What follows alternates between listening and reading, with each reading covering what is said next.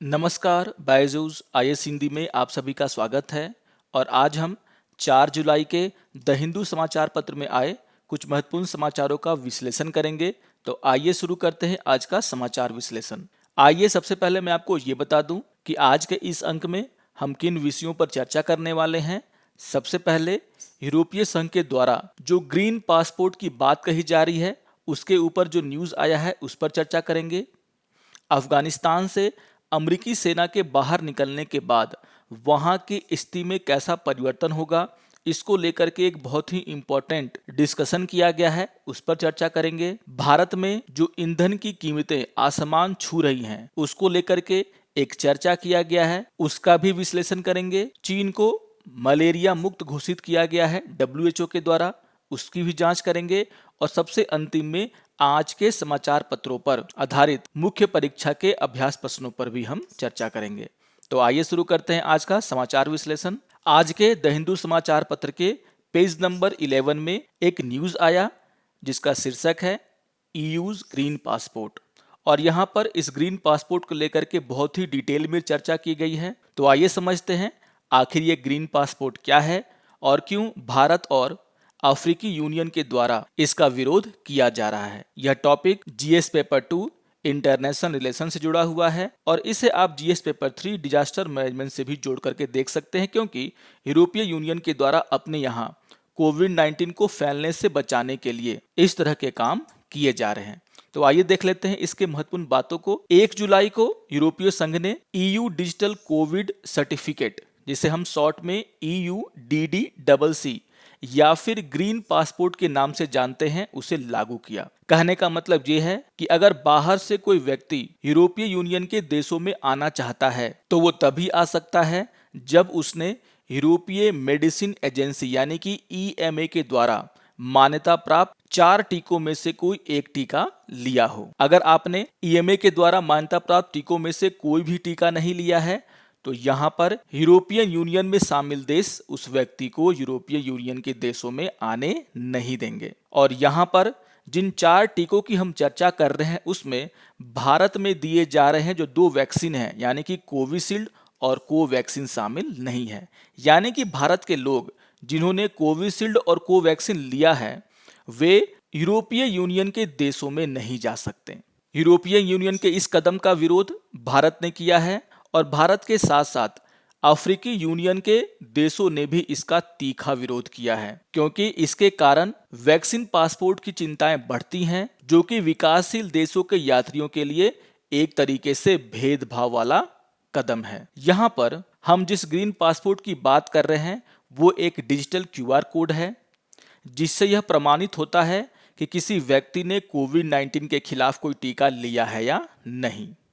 यहाँ पर हम जिन 4 टीकों की बात कर रहे हैं वे टीके हैं फाइजर और बायोएनटेक के द्वारा बनाया गया कॉम्ब्रिनेट, जॉनसन एंड जॉनसन के द्वारा बनाया गया जेनसेन, मोडर्ना के द्वारा बनाया गया स्पाइकवैक्स और वैक्सजेवरिया, जिसे कि एस्ट्राजेनिका यूरोप ने बनाया है। आपको ध्यान में रखना है कि यही एस्ट्राजेनिका भारत में सीरम इंस्टीट्यूट ऑफ इंडिया के साथ मिल करके कोविशील्ड का निर्माण करती है और कोविशील्ड को EMA के द्वारा यहाँ पर मंजूरी नहीं दी गई है और ये साफ साफ भेदभाव को दर्शाता है।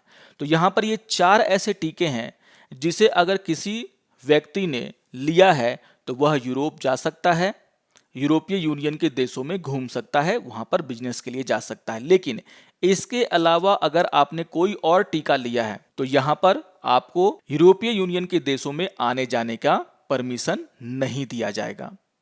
और इसी को लेकर के भारत और अफ्रीकी यूनियन के द्वारा इसका कड़ा विरोध किया गया है। यहाँ पर भारत के द्वारा जो विरोध दर्ज कराया गया वो काफ़ी तीखा है। पिछले सप्ताह G20 के सम्मेलन में विदेश मंत्री S जयशंकर के द्वारा यह साफ साफ कह दिया गया कि ये जो पॉलिसी है यूरोपीय यूनियन की वो एक तरीके से भेदभावपूर्ण है और यहाँ पर भारत ने अपनी चिंता से भी उन्हें अवगत करा दिया। भारत के द्वारा मुख्यतः 3 चिंताएं यहाँ पर बताई गई हैं यूरोपीय यूनियन के देशों को, और उसमें से पहली जो चिंता है वो ये है कि वैक्सीन पासपोर्ट उन देशों की यात्रियों को प्रतिबंधित कर देगा जिनके पास टीकों की समान पहुंच नहीं है और इससे वैक्सीन असमानता बढ़ेगी।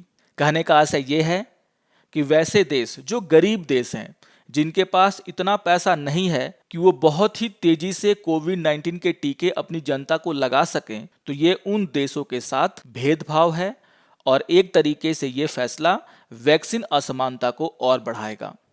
इसके अलावा जो दूसरा मुद्दा भारत के द्वारा उठाया गया है वो कोविशील्ड को लेकर के है। जैसा कि मैंने आपको कहा कि एस्ट्राजेनिका और serum institute of India Bharat में कोविशील्ड का निर्माण करते हैं, जिसे कि यूरोपीय संघ के द्वारा मान्यता नहीं दिया गया है, जबकि एस्ट्राजेनिका के द्वारा बनाया गया जो वैक्सीन जो कि यूरोप में लगाया जा रहा है, जिसे हम वैक्सजेवरिया के नाम से जानते हैं, उसे उन्होंने मान्यता दे दिया है। यानी कि एक तरीके से ये भारत के साथ भेदभावपूर्ण रवैया है और इसी को लेकर के विदेश मंत्री के द्वारा ये बात भी उनके सामने रखा गया है। इसके अलावा जो तीसरी बात वहां पर रखी गई है विदेश मंत्री के द्वारा वो ये है कि यूरोपीय संघ भारत में लग रहे दोनों वैक्सीन को अपने यहाँ मान्यता दे, यानी कि सिर्फ कोविशील्ड को नहीं, जो भारत बायोटेक के द्वारा बनाया गया कोविड-19 का वैक्सीन है, जिसे हम कोवैक्सीन के नाम से जानते हैं, जिसे भारत में बहुत ही बड़े स्तर पे लगाया जा रहा है, उस वैक्सीन को भी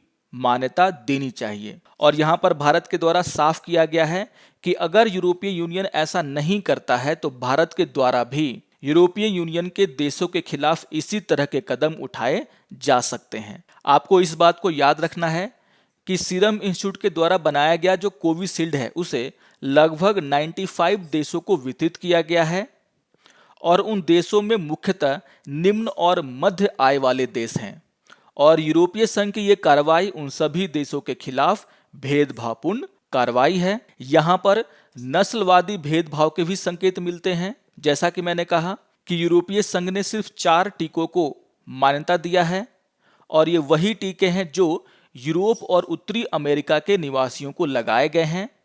इसके अलावा जिन टीकों को बाहर रखा गया है वो सारे के सारे वैक्सीन रूस, भारत और चीन के द्वारा बनाए गए हैं और पूरी दुनिया में वितरित किए गए हैं। तो यहाँ पर यह बात भी सामने निकल के आ रही है कि यूरोपीय यूनियन के द्वारा ये जो फैसला लिया गया है उसमें नस्लवाद का भी एक संकेत है। सबसे इंपॉर्टेंट हो जाता है कि WHO का इस पर क्या स्टैंड है। यहाँ पर WHO ने इस निर्णय के एक दिन के बाद ही साफ कर दिया कि वह इस निर्णय के पक्ष में नहीं है और WHO का कहना है कि वैक्सीन पासपोर्ट किसी भी देश में आने जाने के लिए अनिवार्य नहीं होना चाहिए, ये वैकल्पिक होना चाहिए, क्योंकि पूरी दुनिया में सभी लोगों को अभी तक वैक्सीन नहीं लगाया गया है। WHO का कहना है कि किसी देश में प्रवेश या उससे बाहर निकलने के लिए शर्त के रूप में कोविड-19 टीकाकरण का प्रमाण पत्र की आवश्यकता नहीं होनी चाहिए। यानी कि WHO के द्वारा भी साफ कर दिया गया है कि जो यूरोपीय यूनियन का ये फैसला है वो काफी भेदभाव है और वह इसका समर्थन नहीं करता। यहाँ पर इसी न्यूज में ये भी चर्चा की गई है कि क्या यूरोपीय यूनियन भारत और अफ्रीकी देशों के दबाव में झुकेगा।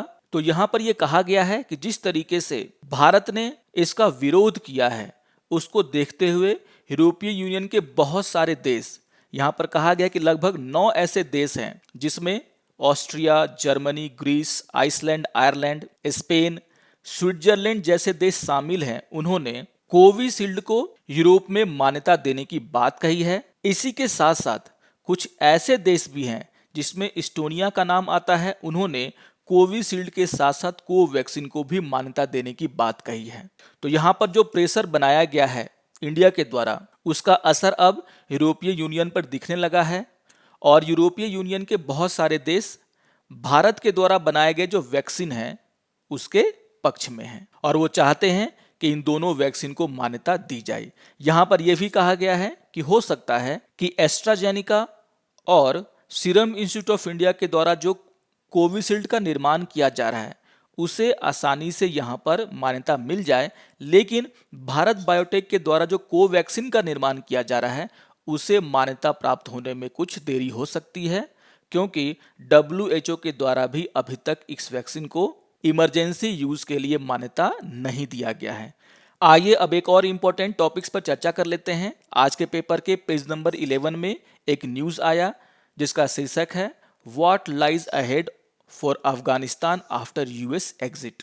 ये topic GS paper 2 international relation से हम जोड़ करके देख सकते हैं और यहाँ पर अफगानिस्तान की चर्चा की गई है कि किस तरीके से अमेरिकी फोर्सेस के वहां से लौटने के बाद अफगानिस्तान में क्या स्थिति हो सकती है, और इसी को यहाँ पर समझाने का प्रयास किया गया है। बहुत ही इंपॉर्टेंट टॉपिक है और बहुत ही डिटेल में यहाँ पर इसे समझाने का प्रयास किया गया है।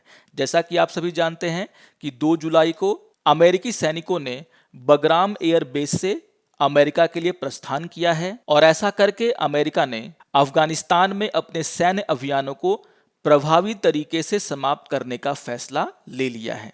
ये जो एग्जिट हुआ है अमेरिकी सैनिकों का अफगानिस्तान से, वो अमेरिका के राष्ट्रपति जो बिडेन की उस योजना का हिस्सा है जिसमें उन्होंने कहा है कि 11 सितंबर तक अफगानिस्तान से सारे अमेरिकी सैनिक अमेरिका वापस आ जाएंगे। यहाँ पर सबसे पहले ये समझाने का प्रयास किया गया है कि आखिर अमेरिका ने अफगानिस्तान पर आक्रमण क्यों किया।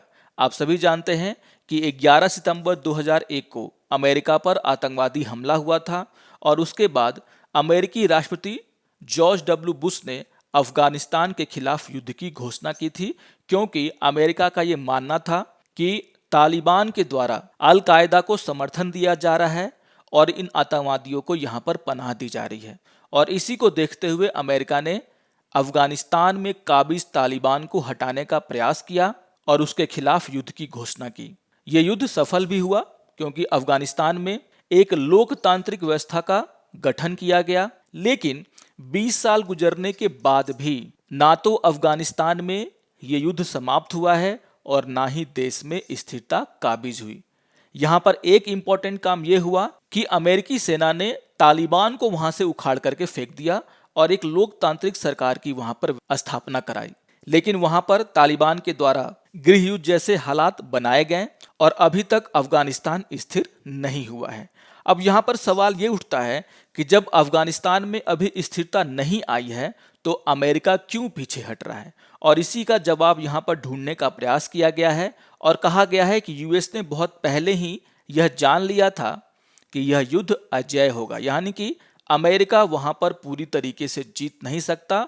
अफगानिस्तान कोई छोटा मोटा देश नहीं है, और जिस तरीके से पाकिस्तान के द्वारा तालिबान को सपोर्ट किया जा रहा था, उसे समझ में आ गया कि अफगानिस्तान को जीता नहीं जा सकता। और इसी को देखते हुए जुलाई 2015 में ओबामा प्रशासन ने तालिबान और अफगान सरकार के बीच पहली बैठक के लिए एक प्रतिनिधि को भेजा, और जिसकी मेजबानी पाकिस्तान ने मुर्री में की। मुर्री एक जगह का नाम है जहां पर अफगान सरकार के प्रतिनिधि, तालिबान के प्रतिनिधि और अमेरिका के प्रतिनिधि के बीच में चर्चा हुई थी। इसकी मेजबानी पाकिस्तान के द्वारा की गई थी, लेकिन इसका कोई खास असर नहीं हुआ।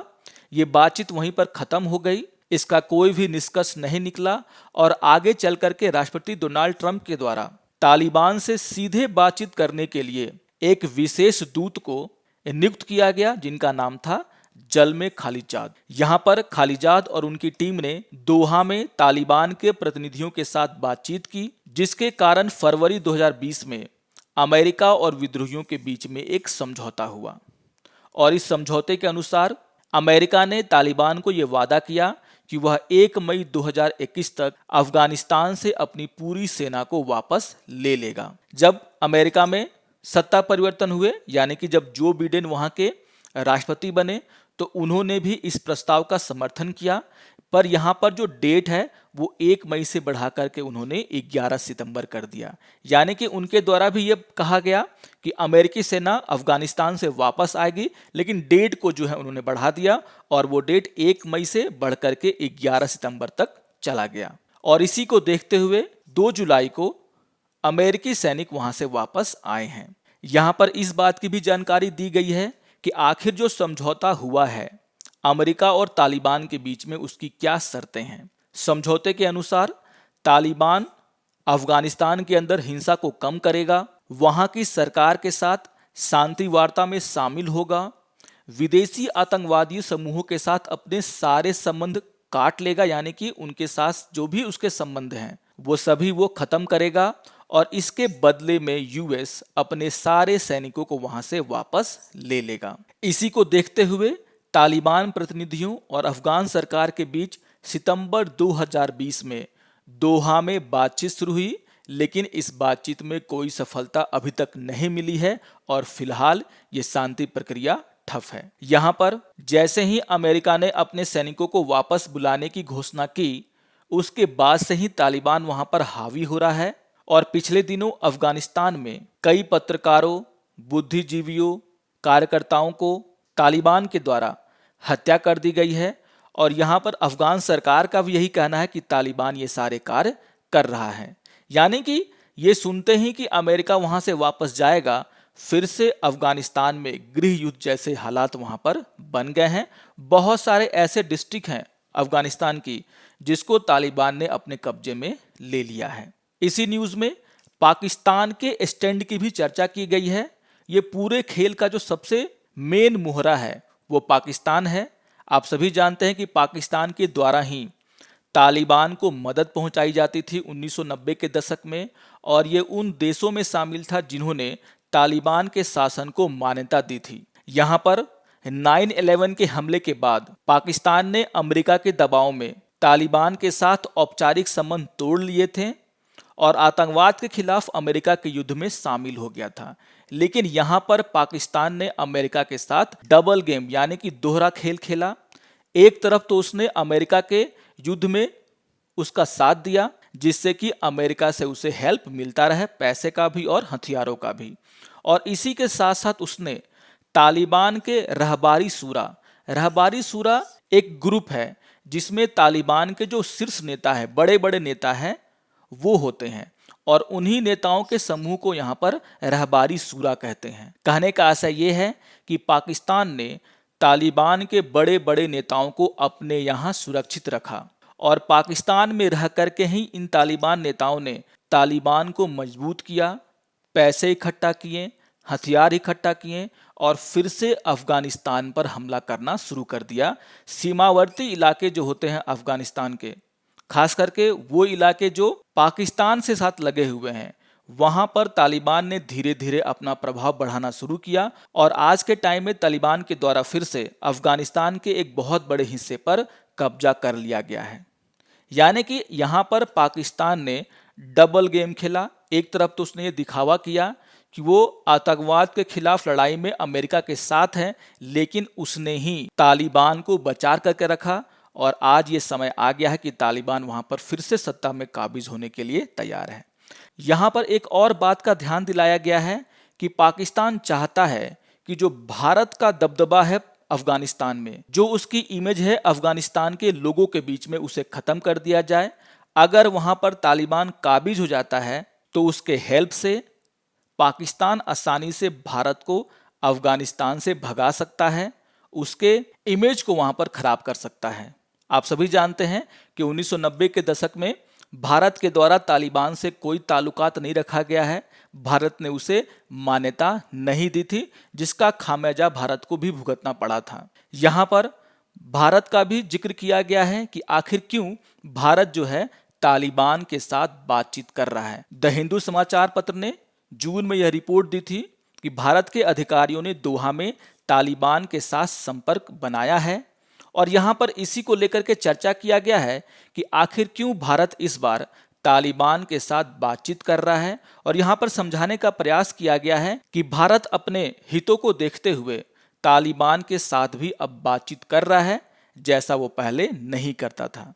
यहाँ पर 3 महत्वपूर्ण बातें बताई गई हैं जिसके कारण भारत ने जो है तालिबान के साथ बात करने का अपना मन बनाया है, जिसमें पहला बात है अफगानिस्तान में अपने निवेश की रक्षा करना। आप सभी जानते हैं कि जब अफगानिस्तान में एक लोकतांत्रिक सरकार का गठन हुआ तो भारत के द्वारा अफगानिस्तान के लोगों के हितों को देखते हुए वहां पर भारी निवेश किया गया। और जब अब अमेरिका वहां से वापस जा रहा है तो भारत को लगता है कि अगर गलती से भी तालिबान वहां पर काबिज हो गया तो जो भी निवेश भारत ने वहां पर किया है, पाकिस्तान के दबाव में तालिबान उसे खत्म कर देगा और इसी को देखते हुए भारत भी अब तालिबान से बात कर रहा है। दूसरा जो मुद्दा है वो ये है कि भारत चाहता है कि पाकिस्तान का जो दबदबा है तालिबान के ऊपर उसे खत्म किया जाए। यानी कि अगर तालिबान वहां पर शासन में आता भी है तो भारत से उसके अच्छे संबंध हो, जिससे तालिबान को पाकिस्तान का मोहरा बनने से रोका जाए। और तीसरा और इम्पोर्टेंट क्षेत्र ये है कि भारत यह सुनिश्चित करना चाहता है कि पाकिस्तान समर्थित भारत विरोधी आतंकवादी समूहों को तालिबान का समर्थन ना मिले। अगर भारत के रिश्ते तालिबान से अच्छे होते हैं तो तालिबान भारत विरोधी आतंकवादी समूहों को कोई भी सहायता प्रदान नहीं करेगा। तो इन्हीं सब बातों को देखते हुए भारत के द्वारा भी तालिबान तक पहुंच बनाई जा रही है। यहाँ पर सबसे अंतिम पार्ट में अफगानिस्तान के सरकार की चर्चा की गई है और कहा गया है किस तरीके से अमेरिकी सेना के वहां से लौटने के बाद अफगानिस्तान की सरकार तालिबान के हमलों को झेल नहीं पाएगी। और एग्जाम्पल के रूप में यहाँ पर कहा गया है कि तालिबान अब वहां तेजी से आगे बढ़ रहा है, बहुत सारे जिलों में उसने अपना कब्जा कर लिया है। और यहाँ पर यह भी कहा गया है कि अमेरिकी सेना के वहां से लौटने के बाद वहां पर किस तरह के हालात बन सकते हैं। यहाँ पर 3 तरह के हालात की चर्चा की गई है, जिसमें पहला हालात ये हो सकता है कि तालिबान और अफगानिस्तान सरकार के बीच में एग्रीमेंट हो जाए और दोनों शांति व्यवस्था वहां पर कायम कर लें। दूसरी स्थिति वहां पर यह बन सकती है कि पूरे अफगानिस्तान में एक गृह युद्ध छिड़ जाए, पूरा का पूरा सिविल वॉर वहां पर शुरू हो जाए, जैसा कि वहां पर पहले देखा गया है। और जो तीसरी स्थिति की यहाँ पर परिकल्पना की गई है वो ऐसी स्थिति है जिसमें तालिबान पूरे के पूरे देश पर कंट्रोल कर ले, यानी कि अफगानिस्तान पर अपना पूरा का पूरा कंट्रोल कर ले। तो इस 3 तरह के सिनारियो की यहाँ पर चर्चा की गई है और यहाँ पर कुछ भी हो सकता है ऐसा कहा गया है। तो जो भी देश अफगानिस्तान के साथ डील कर रहे हैं उन्हें इन सभी परिस्थितियों के लिए तैयार रहना चाहिए। इसी को लेकर के आज के समाचार पत्र में एक और न्यूज आया है जिसका शीर्षक है Afghanistan fighting rags एमिड US exit. और जैसा कि मैंने कहा कि जैसे ही अमेरिकी सेना अफगानिस्तान से वापस जाएगी वहां पर तालिबान के द्वारा यह पुरजोर कोशिश किया जाएगा कि वह बड़े से बड़े इलाके पे अपना कब्जा कर ले। आइए अब एक और न्यूज की यहाँ पे चर्चा कर लेते हैं। आज के पेपर के पेज संख्या 11 में एक न्यूज आया जिसका शीर्षक है can reducing cess levies is high fuel prices. और ये मुद्दा हमारी इकोनॉमी से जुड़ा हुआ है। आप सभी जानते हैं कि हमारे देश में पेट्रोल और डीजल के दाम 100 रुपए को पार कर चुके हैं और इसी को देखते हुए यहाँ पर चर्चा की गई है कि किस तरीके से फ्यूल प्राइसेस को यहाँ पर कम किया जा सकता है। यहाँ पर कहा जा रहा है कि रेटिंग एजेंसी इकरा यानी कि investment information and credit rating agency ने हाल ही में ये कहा था कि सरकार के पास पेट्रोल और डीजल की खुदरा कीमतों पर उपकर में कटौती करने की गुंजाइश है जिससे कीमतों में कमी आएगी। यहाँ पर उपकर का मतलब है सेस जो कि सरकार के द्वारा पेट्रोल और डीजल पर लगाया गया है। यहाँ पर यह भी कहा गया है कि ईंधन की कीमतें अगर कम होती है तो देश में इन्फ्लेशन का स्तर भी नीचे गिरेगा, यानी कि मुद्रा स्फीति भी कम होगी, जो कि वर्तमान में आरबीआई के द्वारा तय किए गए 6% की ऊपरी सीमा से अधिक है। आरबीआई के द्वारा जो मुद्रा स्फीति का दर तय किया गया है वो मैक्सिमम 6% का है, लेकिन अभी फिलहाल जो हमारे देश में महंगाई का दर है वो 6% से ज़्यादा है। और यहाँ पर बताया जाता है कि जो महंगाई है वो ईंधन में कीमतों में आए इजाफे के कारण हुई है। और इसी को लेकर के इकरा ने यह कहा है कि अगर सरकार अपने उपकर में यानी कि सेस में कमी कर लेती है तो यहाँ पर पेट्रोल और डीजल के दाम में कुछ कमी आ सकती है, जिससे हमारे देश में जो महंगाई है उसमें भी कमी आएगी। यहाँ पर यह बताने का प्रयास किया गया है कि आखिर इकरा के द्वारा ऐसा क्यों कहा गया है। आइए जान लेते हैं। यहाँ पर इकरा ने कहा है कि कोविड-19 टीकाकरण की जो गति तेज हुई है उसके कारण और जो प्रतिबंधों में ढील दिया गया है उसके कारण जनसंख्या की गतिशीलता और आर्थिक सुधार में वृद्धि होने का अनुमान है, यानी कि ईंधन की खपत है वो बढ़ेगा। लोगों के द्वारा डीजल और पेट्रोल का ज़्यादा उपयोग किया जाएगा क्योंकि सारे के सारे प्रतिबंध हटा लिए गए हैं और हमारा जो टीकाकरण का अभियान है वो भी तेज गति से चल रहा है। और इसी को देखते हुए यह कयास लगाया जा रहा है कि हमारी आर्थिक स्थिति में भी सुधार होगा। और यहाँ पर यह कहा गया है कि 2021-22 का जो वित्तीय वर्ष है उसमें पेट्रोल और डीजल की खपत में लगभग 14 और 10% की बढ़ोतरी होगी। और इसी को देखते हुए ये कहा गया है कि इस बढ़ोतरी के कारण भारत सरकार का जो राजस्व है यानी कि उससे जो इनकम होगा भारत सरकार का उसमें भी लगभग 13% का विकास होगा, यानी कि पिछले वर्ष की तुलना में इस वर्ष भारत सरकार को इससे 13% ज्यादा राजस्व मिलेगा, यानी कि उसकी कमाई ज्यादा होगी। यहां पर कहा गया है कि इन दोनों ईंधनों पर यानी कि डीजल और पेट्रोल पर सरकार के द्वारा जो उपकर लगाया गया है उससे सरकार को इस वित्तीय वर्ष में 3.6 लाख करोड़ रुपए की राजस्व की प्राप्ति होगी, जो कि पिछले वर्ष की तुलना में 40,000 करोड़ ज्यादा है। और यहां पर इकरा के द्वारा यह तर्क दिया गया है कि अगर सरकार इस अतिरिक्त राजस्व को छोड़ने का फैसला करती है, जो कि ईंधन के उच्च खपत से प्राप्त होने वाला है, तो यहां पर पेट्रोल और डीजल के दाम में 4.5 यानी कि 4.5 रुपए प्रति लीटर की कटौती किया जा सकता है। यानी कि अगर सरकार उसका जो अतिरिक्त कमाई हो रहा है उसको अगर छोड़ने को तैयार हो जाए तो यहां पर पेट्रोल और डीजल के दाम में कुछ कमी आ सकती है। और इसको समझाने के लिए यहां पर यह बताया गया है कि किस तरीके से भारत सरकार के द्वारा पेट्रोल और डीजल में हाई टैक्स लिया जाता है। और यहां पर बताया गया है कि इस साल जून तक दिल्ली में पेट्रोल की कीमत में टैक्स की हिस्सेदारी लगभग 58% है। यानी कि अगर आप 100 रुपए का तेल लेते हैं तो उसमें 58 रुपीज जो है वो सिर्फ टैक्स का होता है। और यहां पर यह भी बताया गया है कि मई 2014 से लेकर के जून 2021 के बीच में पेट्रोल के खुदरा मूल्य पर करों में केंद्र की हिस्सेदारी में 216% का बढ़ोतरी हुआ है, जबकि इसी दौरान यानी कि 2014 से लेकर के 2021 के दौरान जो ईंधन का आधार मूल्य है यानी कि जो बेस प्राइस है उसमें 24% की कमी आई है। यानी कि एक तरफ तो ईंधन का दाम कम हुआ है, लेकिन केंद्र सरकार के द्वारा जो टैक्स बढ़ाया गया है जो कि लगभग 200 से ऊपर है, उसके कारण पेट्रोल और डीजल की कीमतें बहुत ही ज्यादा बढ़ गई हैं। यानी कि आप 100 रुपए का पेट्रोल लेते हैं तो उसमें लगभग आधे से ज्यादा पैसा जो है वो सरकार को टैक्स के रूप में आप देते हैं। और इसी को देखते हुए ये कहा गया है इकरा के द्वारा कि अगर सरकार उपकर में यानी कि सेस में थोड़ी बहुत कमी करती है, अपने अतिरिक्त वित्तीय लाभ को छोड़ने का फैसला करती है, तो पेट्रोल और डीजल की कीमतों में भी कमी हो सकता है। आप सभी जानते हैं कि रिजर्व बैंक ऑफ इंडिया के द्वारा जो इन्फ्लेशन का लक्ष्य रखा गया है वो 2% से 6% के बीच का है। और यहां पर आरबीआई के द्वारा यह भी कहा गया कि आरबीआई ये कोशिश करेगा कि भारत में जो इन्फ्लेशन का दर है वो 4% के आसपास रहे। यानी कि अगर इन्फ्लेशन 2 से 6% के बीच में वैरी करता है और लगभग 4% के आसपास रहता है तो भारत के लोगों इससे कोई कठिनाई नहीं होगी। लेकिन अगर इन्फ्लेशन 6% से ज्यादा होगा या फिर 2% से कम होगा तब हमारी अर्थव्यवस्था को इससे नुकसान होगा।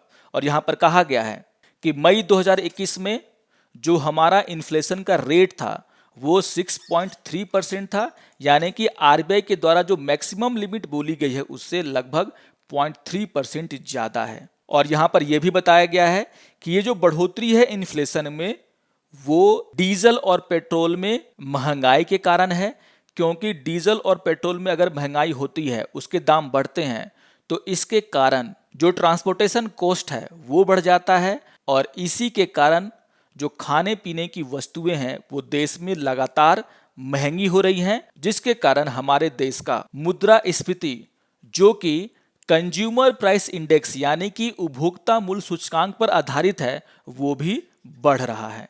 तो यहां पर ये सारी चीजें क्लियर कर दी गई हैं कि किस तरीके से अगर हम ईंधन की कीमत को कम करते हैं तो हमारे देश में महंगाई भी कम होगी, और अगर हमारे देश में ईंधन की कीमत लगातार बढ़ती रहती है तो हमारे देश में महंगाई भी ज्यादा होगा। और इकरा के द्वारा यह कहा गया है कि अगर सरकार अपने उपकर से होने वाली कमाई का जो अतिरिक्त हिस्सा है उसे छोड़ने का प्रयास करती है, फैसला लेती है, तो उससे ईंधन की कीमत में कमी भी आ सकती है। आइए एक और न्यूज पर यहां पर चर्चा कर लेते हैं। और आज के पेपर के पेज नंबर 9 पर एक न्यूज आया जो कि चाइना से जुड़ा हुआ है और इसका शीर्षक है China goes malaria free with multi prolong health strategy. तो WHO के द्वारा चीन को मलेरिया मुक्त घोषित कर दिया गया है और इसी को लेकर के यहाँ पे चर्चा की गई है और बताया गया है किस तरीके से चाइना ने, जिसकी आबादी इतनी ज्यादा है, इतना बड़ा देश है, उसने लगातार प्रयास करते हुए अपने देश को मलेरिया मुक्त घोषित करवा दिया है। उसी के स्ट्रेटजी को लेकर के यहाँ पर चर्चा हुई है, तो आइए देख लेते हैं इस न्यूज को भी। यहाँ पर कहा गया है कि विश्व मलेरिया रिपोर्ट 2020 के अनुसार 2019 में दुनिया भर में मलेरिया के मामलों की संख्या लगभग 229 मिलियन थी, जिसके कारण लगभग 4,09,000 लोगों की जानें गई। यहाँ पर यह भी कहा गया है कि मलेरिया के अधिकतर मामले अफ्रीका में दर्ज किए गए, जबकि भारत और दक्षिण पूर्व एशिया के देशों में एक महत्वपूर्ण गिरावट दर्ज की गई। और इसी रिपोर्ट में कहा गया है भारत को लेकर के कि भारत में मलेरिया के मामले जो कि पहले 20 मिलियन हुआ करते थे, वो वहां से गिर करके 6 मिलियन हो गए हैं। यानी कि भारत में जो मलेरिया में कमी है वो साफ साफ यहाँ पर दिख रही है। यहाँ पर WHO के द्वारा कहा गया है कि लगभग 30 वर्षों के बाद, यानी कि 1981 में ऑस्ट्रेलिया, 1982 में सिंगापुर और 1987 में ब्रुनेई के बाद चीन लगभग 30 वर्षों के बाद पश्चिमी प्रशांत क्षेत्र का वो पहला देश बन गया है जिसे मलेरिया मुक्त घोषित किया गया है। अगर हम चीन की बात करें तो चीन में 1950 के दशक में मलेरिया मुक्त होने की शुरुआत की गई थी और उस समय चीन में सालाना लाखों लोगों की मौत मलेरिया से होती थी। 1967 में चीन के द्वारा द 523 प्रोजेक्ट नाम का एक राष्ट्रीय प्रयास शुरू किया गया। इसको याद रखिएगा, बहुत ही इंपॉर्टेंट हो जाता है क्योंकि इस प्रोजेक्ट का नाम आपसे एग्जाम में पूछा जा सकता है।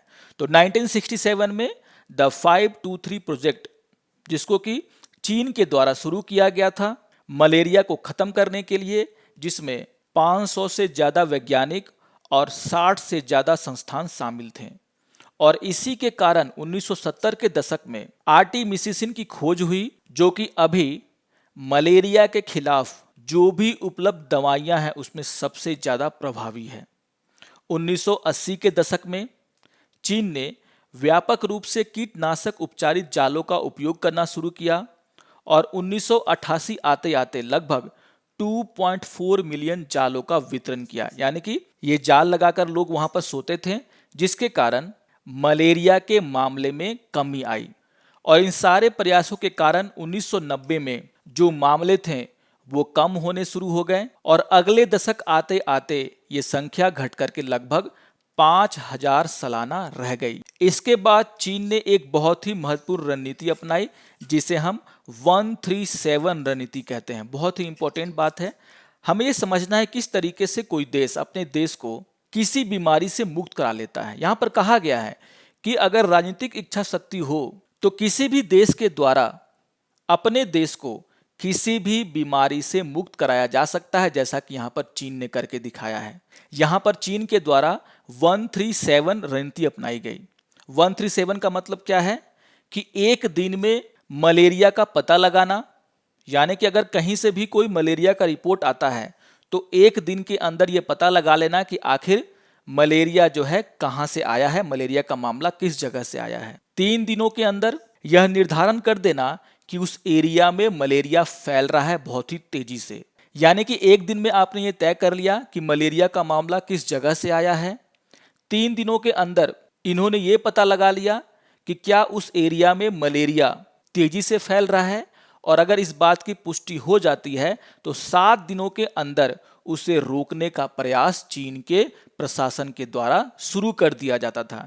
यानी कि 7 दिनों के अंदर अंदर जिस भी एरिया में मलेरिया के मामले ज्यादा होते थे उसे कम करने के प्रयास चीन के द्वारा शुरू कर दिए जाते थे और इसके बाद भी लगातार उस एरिया पर नजर बनाई जाती थी कि वहां पर दोबारा से जो है मलेरिया के मामले ज्यादा ना बढ़ जाएं।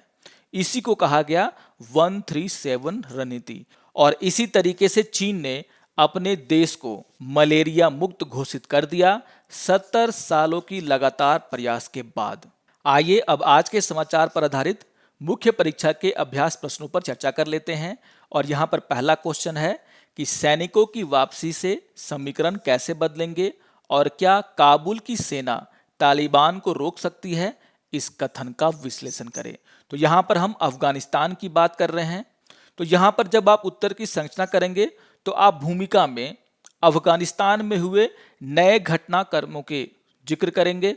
यानी कि जिस तरीके से वहां पर अभी तालिबान के द्वारा अफगानिस्तान के एक बड़े इलाके में कब्जा कर लिया गया है और लगातार ये प्रयास किया जा रहा है कि वो और इलाकों पर कब्जा कर ले, उसका आप यहाँ पर जिक्र करेंगे। भूमिका में आप उस बात का भी जिक्र कर सकते हैं जो बातें मैंने आपको बताई हैं कि किस तरीके से अफगानिस्तान में अमेरिकी सेना ने प्रवेश किया और किस तरीके से 20 सालों के बाद भी अभी तक वहां पर शांति स्थापित नहीं हो पाई है। आइए देख लेते हैं दूसरे क्वेश्चन को, और दूसरा क्वेश्चन है ग्रीन पासपोर्ट क्या है और भारत और अफ्रीकी संघ द्वारा इस कदम का विरोध क्यों किया जा रहा है और यात्रियों के लिए इसका क्या अर्थ है। तो इस पर भी हमने खुल करके चर्चा की है।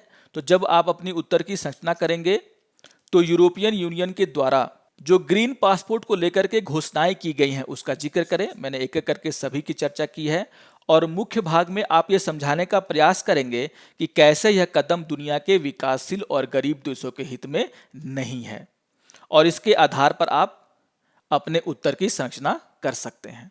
आशा करता हूं कि आपको आज का यह समाचार विश्लेषण पसंद आया होगा। सारे टॉपिक्स बहुत ही इंपॉर्टेंट हैं, आप सभी को रिवाइज कर लेंगे। खुद से भी इन टॉपिक्स पर ज्यादा जानकारी जुटाने का प्रयास करिए, और अगर आपको ये वीडियो अच्छा लगे तो आप जरूर इसे लाइक करें, शेयर करें और दूसरों को भी सब्सक्राइब करने के लिए प्रेरित करें। तो मिलते हैं द हिंदू समाचार पत्र के अगले विश्लेषण में। तब तक के लिए नमस्कार और धन्यवाद।